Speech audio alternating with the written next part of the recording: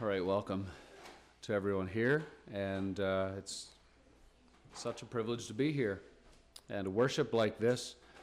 I definitely feel the presence of God here speaking to me and feeling like He's speaking to you, and that is a delightful reality we get to live in. And a special welcome to Matthew. You have a way of showing up unexpectedly, so I haven't seen you for years again. Welcome here, and any other visitors that are here. So it's not usually good for a preacher to distract his audience by his own struggles. But once in a while, I think it's fine for a preacher to share a little bit of his struggle, even in preparation. And some of the things I had to relate to this week were not very nice, were difficult, and had a way of creating, I don't even know if that's fair to say it that way. I will. Had a way of creating inside of me a sense of weariness. Some of the things I had to relate to. And so yesterday morning, I finally got to my desk, and it's like, I need to prepare a message for Sunday. And I didn't have an inspiration at that point, and so I'm sitting at my desk, and I think I was kind of just like, probably somewhat in self-pity, but I was crying out to God and saying, like, what do you want me to talk about? What do you want me to share? It was just kind of like when you do that, sometimes you kind of pour out your complaint to God, and it's like, you could just change this, and it would be a lot easier. So I was doing that in my mind and in my emotions, and very, very clearly to me, He said, preach the word. And I didn't even get it. I thought of it when Eddie was talking about this donkey that was talking. You know, sometimes God talks to us, and we're so stirred up we don't even really get that He actually talked to us. But very clearly in my mind and in my heart, I felt this phrase, preach the word. And my instant reply to Him was, yeah, well, what word? And the second clear answer that came to my heart and my emotions was, the grace wherein ye stand. And both of those phrases are direct quotations from the Bible. Preach the word, it was in our Sunday school lesson this morning. And the second phrase is also in the Bible, the grace wherein ye stand. And so I got inspired about talking about the grace where we get to stand in. And that's what I want to do this morning. But first I have to target Kenton because of the songs he picked. And I suppose he doesn't get the blame. Maybe the Holy Spirit does. But he started with number 24, and 3 times through that song, there he is at the back, 3 times through that song, the phrase, wonders of grace to God belong. We sang it over and over again, like every other verse, starting with the first. Wonders of grace to God belong. And I just thought, well, I want to talk about grace this morning. And then he led 154.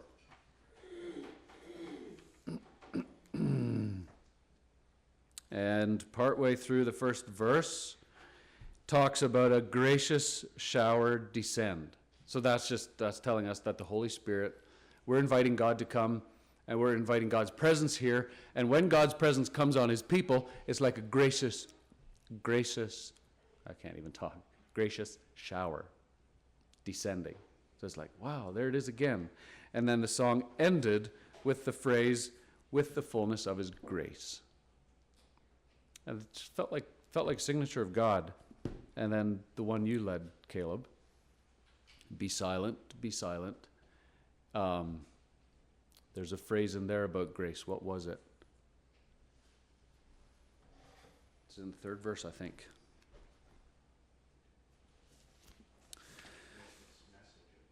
Yes. This message of grace. The message of grace. And all of those songs were directly relating to God's presence coming to us, or us being in God's presence. And that's basically what my message is. The only way we get the grace of God, the only way we get to live out the grace of God, live out from the grace of God, is if we're in God's presence. And so that's my message. But I'll still travel with my notes here that are sort of scattered. So this grace wherein we stand, I want to first of all read a story from Job's life. And it's not a very nice story, it's not very nice things he said. But I would like to honor Job by reading what he said. And we're going to use Job's complaint to God, or his, it was more his complaint to his friends. We're going to use that as kind of the starting point of this idea of standing in grace. And then we were going to go to Romans 5 and find this phrase. We're going to use Job as an example of one who started from grace and ended in grace. And in between, we're not sure exactly what was going on, other than he was being really, really honest with his life. You can turn to Job 3 if you wish to follow along in the reading. I'm going to read in the ESV just for this one.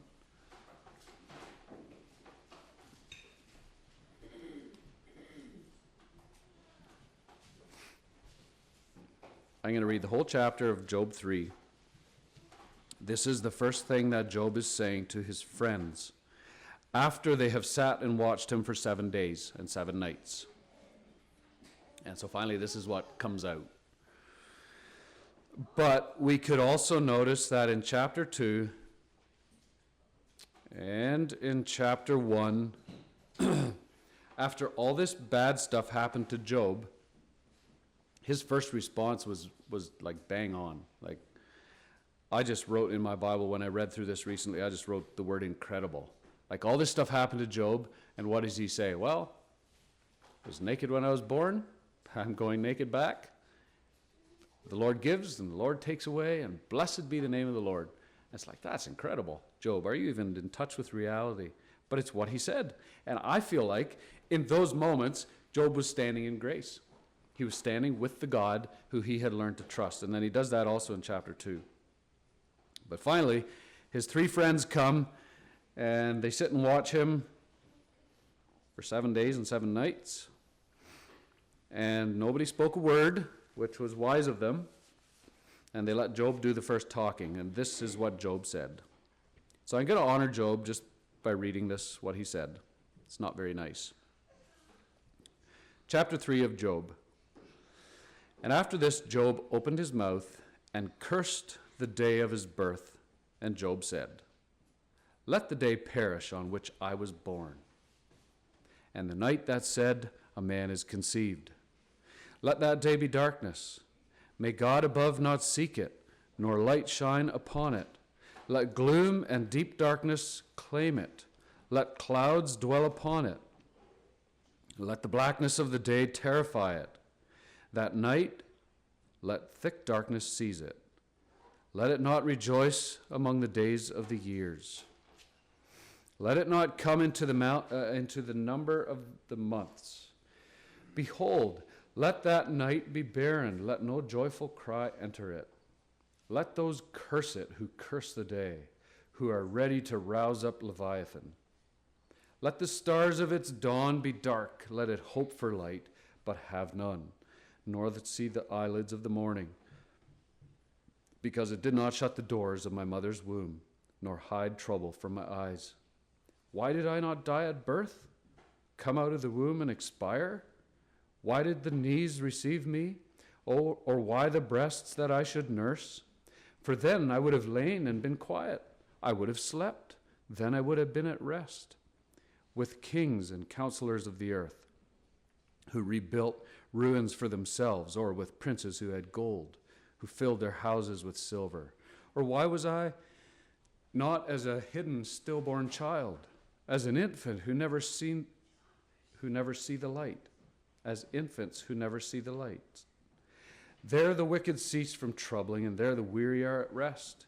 There the prisoners are at ease together. They hear not the voice of the taskmaster.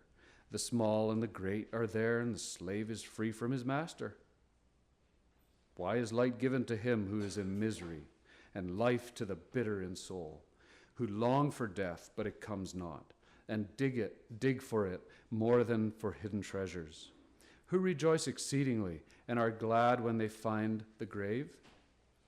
Why is light given to a man whose way is hidden, whom God has hedged in? For my sighing comes instead of my bread, and my groanings are poured out like water. For the thing that I fear comes upon me, and what I dread befalls me. I am not at ease, nor am I quiet. I have no rest, but trouble comes. Those are raw words. And we're wise enough to know that the story doesn't stop there. And we've seen enough of God's work that we know that there's more to it than this. But I simply wanted to read it as, like I said, a way of honoring Job and his honesty, but also as a way of appreciation to how the Bible allows raw emotion. I love that part of the Bible. And also as a way of reminding us that, sometimes these things are realities for people. These are real. And I'm not saying you're at this point that Job is. I kind of doubt it, but it's, you could be. But most of us can, or at some point will be able to, in life, be able to connect with his heart cry. Just that cry of misery and despair. Like Job is really, really low here in this story. Super low. He's saying some things that are really not nice to say. He shouldn't even say them. But we can go to the end of the book of Job, and you know who gets rebuked? Do you know who gets rebuked in the end of Job? In the end of this story? First man to be rebuked is Eliphaz. Like he was the second man to speak. Job does not get rebuked. God says to Eliphaz, I'm really, really angry with you because you're saying things that don't even match what I'm saying. And you're saying things that aren't as true as what Job is saying. And so I read that and I was like, this is really something. I know this is not the complete story. So here we are. I'm using this story kind of as a springboard to this idea of standing in grace, because sometimes we get emotionally weary inside, and this is a feeling that humans have to deal with. And I want to remind us that the Bible is okay with raw emotion, and God obviously is as well. And there's a work that can happen in that. How would you decide, just thinking a little bit about this story, then I'm going to give you a visual of some of what happened to Job. How would you decide whether what Job is saying in chapter 3 was just self-pity or was actually anguish of heart? Would you have a way of figuring that out? Because we have seen in our lives, most of us probably have seen in our lives, what I would call social crybabies. So they grow up with this desire to always make sure that everybody knows everything that's wrong with them, and so and with the rest of the world, and it can kind of become like what I would call a social crybaby. And it's not really that attractive when we see it. Maybe we do it and don't see it. Or sometimes people are addicted to self-drama. That's possible too. Would you accuse Job of some of this? What do you think? No? Why not? I'm not saying there's a right answer. I'm just getting you to think a little bit about the story. What was Job going through? I don't think it was self-pity. I think he was in absolute anguish of soul. And I'm going to give you just a little visual here, and I hope you don't mind, those of you who are going to be targeted. Here we go again. Just to give you a little visual, of a little bit of what happened here to Job before he spoke this. I'm going to pick on Edward's family, just because I thought you might have the most here. Well, I could have picked on mine, but I'm already standing. So I'm going to get Edward, I'm going to get you to stand, just where you are. So this is Job, and we're going to pretend this is Job. This did not happen to Edward, but we're going to pretend that he's Job. So Job also has a wife, so we'll get his wife to stand. So please. And Job also has children, so we're going to get all of Job's children to stand. Okay, so just picturing this here. And we also know that Job is a very rich man, and Edward is rich in the Lord, of course. But Job had a lot of stuff, and I'm not picking on you. Okay, you're fine with this. So back this lane, we have Job's mill. Down the road, we have Job's other property. And so one day, one of his servants comes running to him and says, Job, I can't believe what happened, but Freeman Lumber came in the lane, and they killed all the workers, Greg and Marcel and Donna and, sorry, I can't name the rest, Thomas, and they've killed them, and I'm the only one who got away, and now they're running the business. It's like, wow, that's awful. You're laughing, but it's awful. And then a little bit later, somebody else comes running and says, Job, I escaped. I just barely escaped, but your rental house is gone. It's burned up in flames. There was fire from God came down, and the thing just burned, and it's gone, and I just escaped. And then somebody else comes running and says, you know, Job, it's terrible what happened, but your children were together, and they were having a good time, and something happened, and they all died. So all of you children, sit down, please. They're all gone. Every one of them, the whole household is gone. And Job is there, and he's saying, this is like, I can't believe this. My business, somebody stole it, killed my workers. My property's gone. My children are dead. And his wife turns to him and says, curse God and die. Just get it over with, Job. Curse God and die. You can sit down now. Was Job in self-pity? I don't think so. Job was in anguish of soul. He had lost everything. Did the material things really matter to him? I kind of doubt it.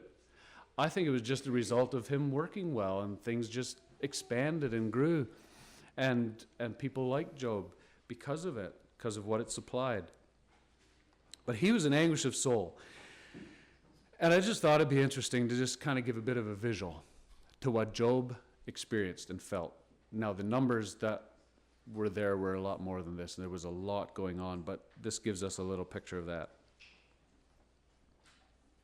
We can best understand grace in the context of lack or loss. This is how we understand grace. And loss or lack is best discovered by a person being honest. And so we have chapter 3, and we have Job just dumping it, saying all those nasty things he said. If it wasn't for our need, what would be so amazing about grace? And I think there's a book like that. I've never read it yet. But if it wasn't for our need, what would be so amazing about grace? So that's Job's story. You have a story. Might not be that intense, but it might be. But we all have a story of despair at some point in our life. And so now go with me to Romans 5.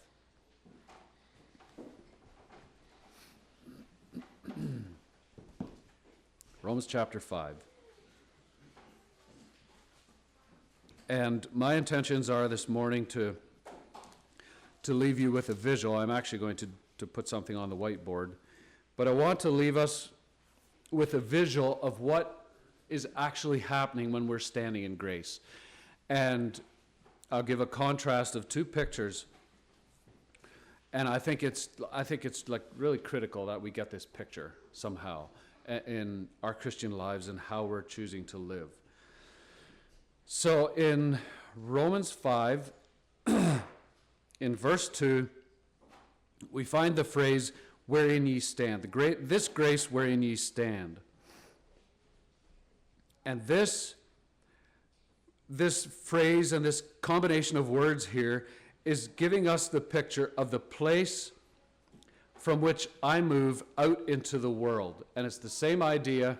This is my definition of grace this morning. There's different ways that the Bible uses the word grace. Sometimes the word grace, like the time, I think I'm right on this, the time that Paul talked about how he asked for healing 3 times, and then he ends up by saying God didn't heal him, but said, my grace is sufficient in weakness. That word grace, I believe, I was going to say the Greek word, I'm not going to bother, has to do with power. God's power is sufficient in my weakness. This word grace, as I understand, and this combination of words here, is more the picture of, it's also the idea of power, but it's the picture of like where I move out from.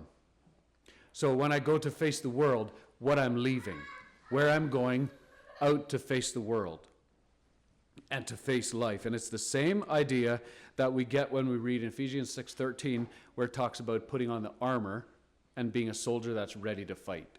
So it's like, here I'm standing, and now I'm ready to move forward and do something. So that's what this idea of grace is, the idea of this word here is. But sometimes Paul talks about the Christian life with a different picture, and I'm going to put that one on the whiteboard. Looks like it's time to get new markers. So sometimes Paul talks about the Christian life with this picture. I don't know how I want to do it. I just go like this.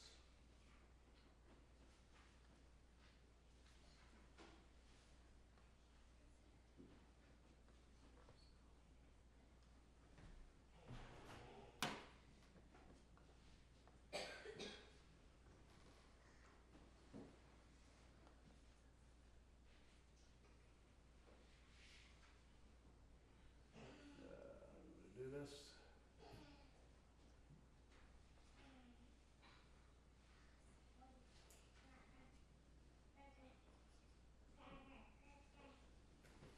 And I don't know if you can read that word, but the picture that Paul gives of the Christian life is what? What is this?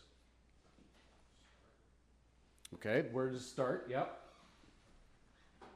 A race, right? And I want, with the second thing I'm going to draw, I want this picture to stick in our minds as an invitation of how, what is being said in Romans 5 and how to live our lives in the context of, we're thinking of Job's story, but we're also thinking of our story of despair or trouble that we might be in. So Paul sometimes talks about this. We're going to look at some verses that say that, but he's saying this is what the Christian life is like. So there's a start and there's a finish, and he gives direction on how to make sure we're running well and make sure we're not taking on things we shouldn't. Let's just quickly look at some of these verses. The first one, 1 Corinthians 9.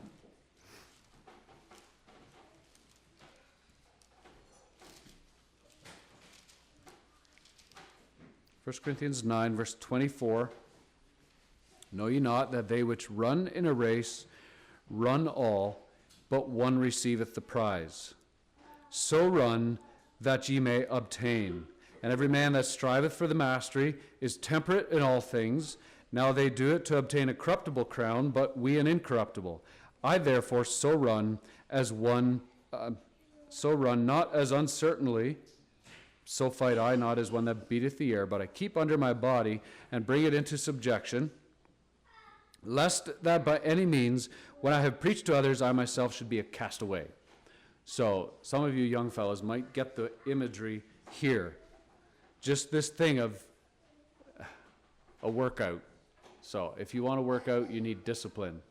I know one young man that left the house at 6 this morning for a workout, and And I wanted to go along, but it's like, no, I guess I'm here doing my own workout, getting ready for this. Takes discipline. If you want to be in physical shape, it takes discipline. And so here's my point. This is not the picture of how to get God's grace. This is not the picture of how to get God's grace. Somehow push yourself through life till you finally say, okay, I think I'm getting God's grace. I think I'm getting to God's grace finally. That's not the picture we want to have of grace. Philippians 3, you know what, I'll just skip those references to keep it shorter. But the race that Paul talked about when he used this imagery was very intentional movement in an intended direction. So he's saying, I am going to run this race, but he was not saying that's how you find grace. It's not saying that's how you find grace.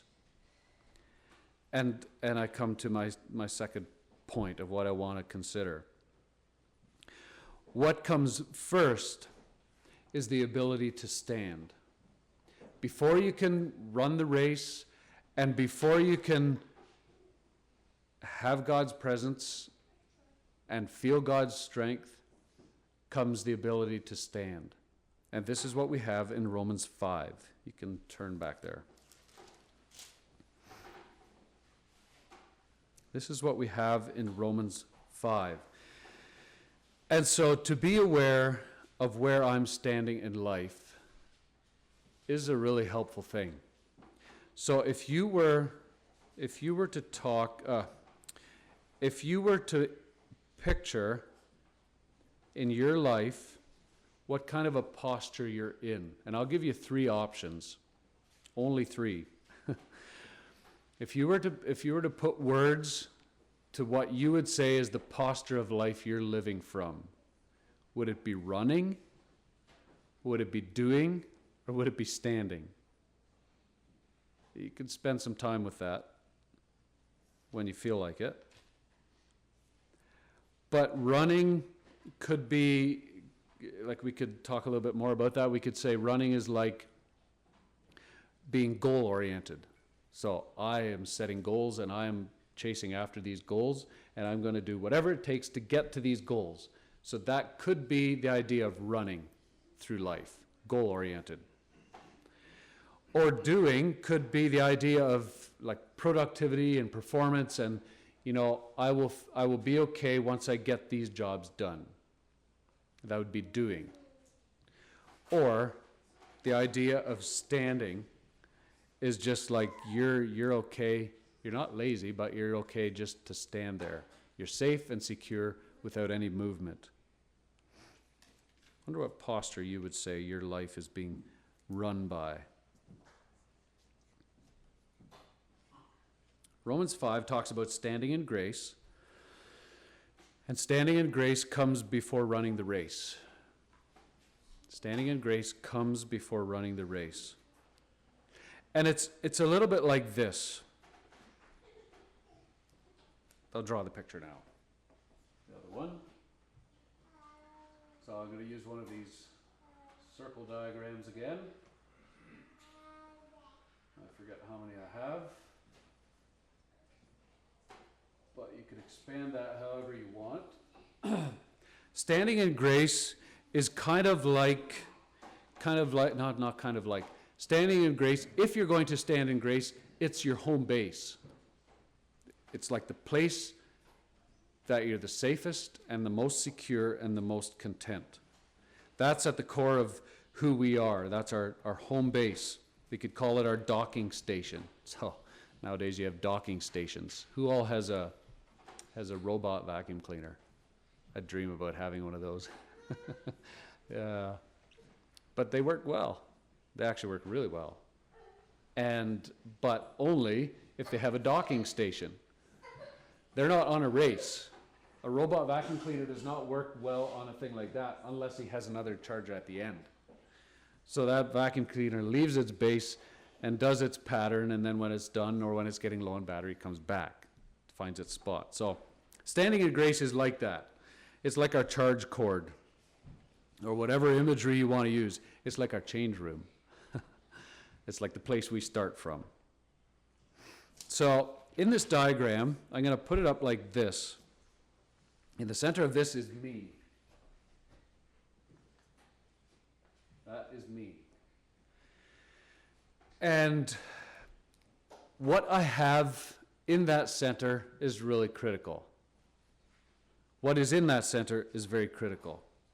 But I'm going to fill out the rest of the circles, moving out from there.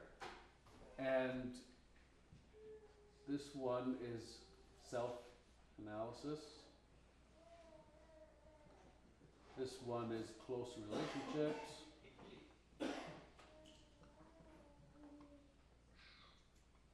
This one is other people, people we serve, that's what I wanted.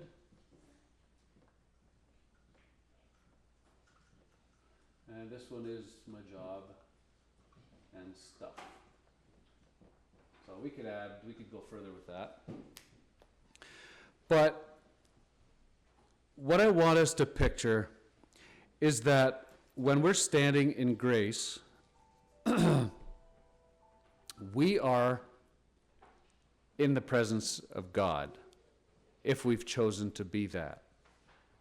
Now, depending on your posture in life, God might not be there and be a part of it. But go with me to John 10. Just a couple images here of the invitation to the gospel.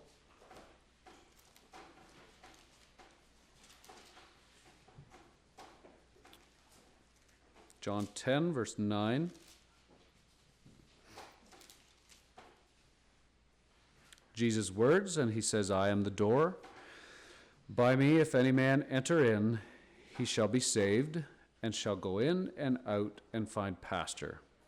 And then chapter 14, verse 6. John 14, 6. And Jesus saith unto him, I am the way, the truth, and the life. No man cometh unto the Father but by me. So we start to get this image of being in the presence of God. And what do these verses remind us is the only way to get into the presence of God? Jesus. Yep. Through Jesus, we can come into the presence of God. And so we're supposed to see this picture of us as persons being in the presence of God, being invited into the presence of God. And so I don't know if that has any impact on you or not. It does if you know who God is. But that's what we're called to. That's what we're invited to. And the presence of Jesus, we find our place to belong. We know this. We find a way. We find the truth. We find life. We find a place to go out from, is the point I'm getting to. And so the presence of God and standing in grace is not a goal to be reached for. Not a goal to be reached, but it's a place to enter. It is a place to enter. And so, if my life is too full of different things, then I will not be able to enter the presence of God because I'm not making room for it. Grace is to allow God's presence into my life in an ever-widening circle. And so if you want to stand in grace, first of all, you're going to have to like get God in the middle there somehow. Drag him across all those lines or something. But he's got to be there. He's got to be in the center. You have to know his presence there. You have to feel his presence there. And in that center, it's just the picture I want us to have. In that center is nothing else but just me. And you can picture what Job said when all his stuff was stripped away. He said, came into the world naked, and I'm going to leave the world naked. I'm okay with that because God is the giver of everything that I have. And so as we are in the center of this diagram, and we have God's presence in there, there's nothing else there. And there's nothing else that matters other than me and God in his presence. And so then from there, we can picture moving out into the world. So from there, from the presence of me and God in the center, I step out and I say, okay, so who am I actually? and we do some self-analysis. It's like, yeah, who am I? Oh, I'm just this guy that always messes up, just a dumb fool that, and sometimes we do that. But if you're actually leaving the center, home base or the docking station with you and God, that's obviously a conversation that won't get very far because God doesn't talk like that about you. So we move into self-analysis, and then you picture the rest. So we keep moving further out, and now we're moving into our close relationships. But it's from the standpoint, or it's from the position of God's grace and who God says I am, and we move out into the world, the people we serve, the job, our job, material, and stuff. Some other verses I wanted to read is Hebrews 3.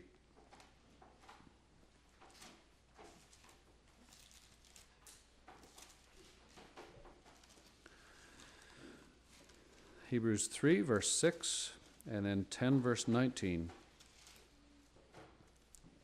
But Christ as a son over his own house, whose house are we, if we hold fast the confidence and the rejoicing of hope firm unto the end. In chapter 10, verse 19.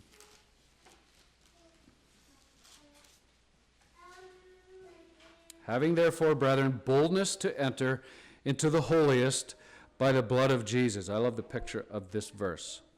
Having boldness to enter into the holiest. What was in the holiest of holies? Here, the writer is saying we can confidently come into the Holy of Holies. What was in the Holy of Holies? Presence of God. What else was there? Ark of the Covenant. What else was there? There was silence in the Holy of Holies. There's like a really quiet place. And it was also a place that was like really, really focused. Like when that man went through that curtain, he was on edge, I think. I'm not saying you're supposed to be on edge. But when he went through that curtain and he entered the presence of God, like he was super focused. Like he was focused on that ark and he was focused on what he was doing. Why? Because he knew this was where God was. This was the presence of God. And so he was entering that place and he was moving towards the one who was in this holy place, and that was God, the presence of God. We are God's house, and we are invited into the Holy of Holies. And I would say this morning that if we're going to stand in grace, like the other option of not standing in grace is standing in whatever else you want to stand in. You could stand in your own strength. You could stand in your job. You could stand in close relationships. That could be your motivation. That could be your docking station. When you don't feel good, then you find yourself coming back to your close relationships so that you can feel good again. Or when you don't feel good, you could say, well, I'm just going to work harder and I'm going to produce more, and then I'll start to feel good again. So that would be choosing to stand in any one of these. And so what I'm saying this morning, according to Romans 5, is that the most healthy and alive way to live is where it starts with you and God, and from there you move out from that moment, from that presence of God's grace.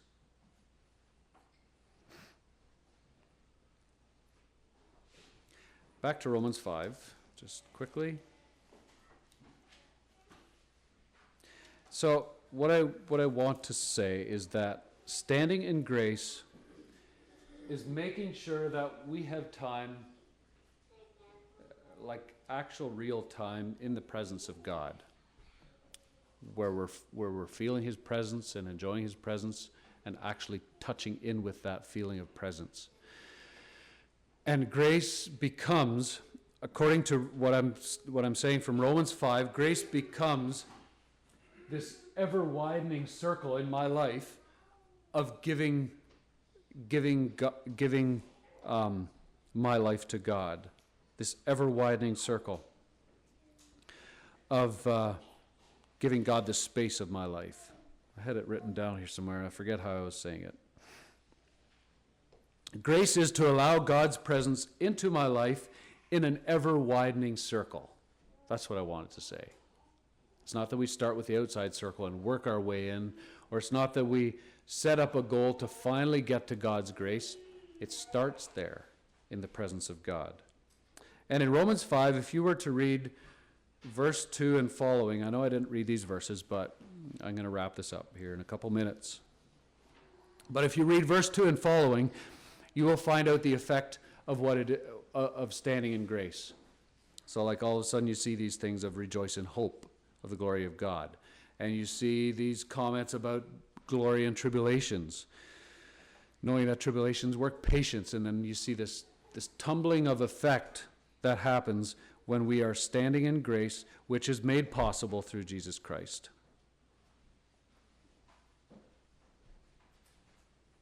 Honesty from the center affects each outward move in this circle, which in turn invites God's grace to more spheres of my life. So being honest in the center with you and God, and then moving out from there, is what I would like you to picture as standing in grace. So like Job, we will have difficulty. And like Job, we can return to the place where God is. I did want to read, actually I'll just tell you, the end of the story of Job, Job 42, after all the men had their conversations back and forth, and God had his conversation too, and then Job finally turns to God and he says, in my own words, he says, I had heard about you before.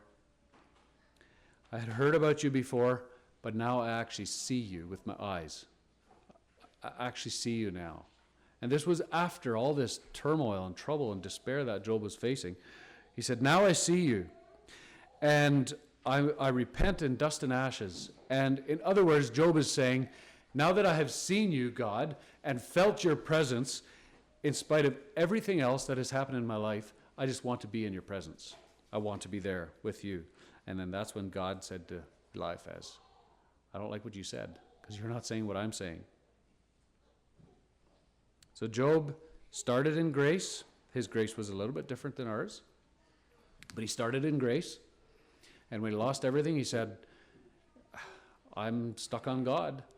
And then he had his honest moments where it's like, it was really raw. But then he ends his life and he's saying, I'm coming right back to the spot I started because I know this is real and this is where I belong. And that's the picture I want to leave with us of standing in grace. Where we are standing decides what fuel we run on. I'll close with a quote from the book, To Kill a Mockingbird. And it's that scene where, how many of you have read that book, To Kill a Mockingbird?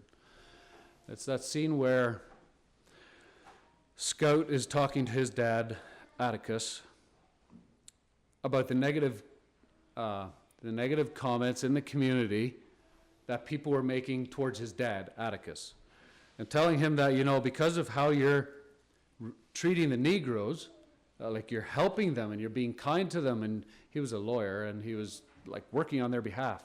And so the people in the community were saying, what kind of a guy is that?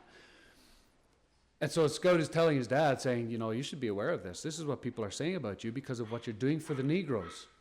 And his dad's reply was, just loved it. His dad's reply was, but before I can live with others, I have to live with myself. In other words, he was saying, what people are saying doesn't really matter until I know what I'm saying inside. And I would add to that, which is very important, I would say before I can live with myself, I have to live with God. And so that's the picture I want to leave of standing in grace. We are there in the presence of God. It's just me and God, and whatever that presence feels like. And then from out of there, we start to move into life and giving him room in an ever-widening circle in our lives. Let's pray.